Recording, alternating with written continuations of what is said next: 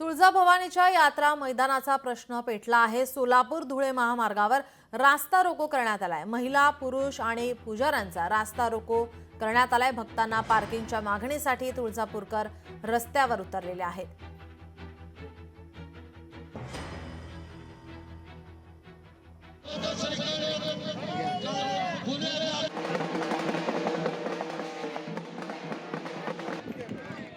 यात्रा मैदान झाली पाहिजे, सर्वांची सोय झाली पाहिजे, यात्रेकरूंची भाविक भक्तांची सोय झाली पाहिजे। यासाठी इथे यात्रा मैदान आणि कार पार्किंग होणे अत्यंत आवश्यक आहे।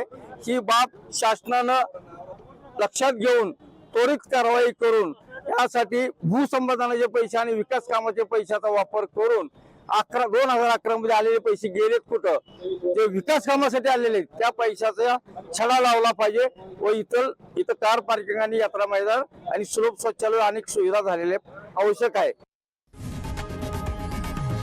लोकशाही मराठी ऐका, पहा, जागरूक रहा।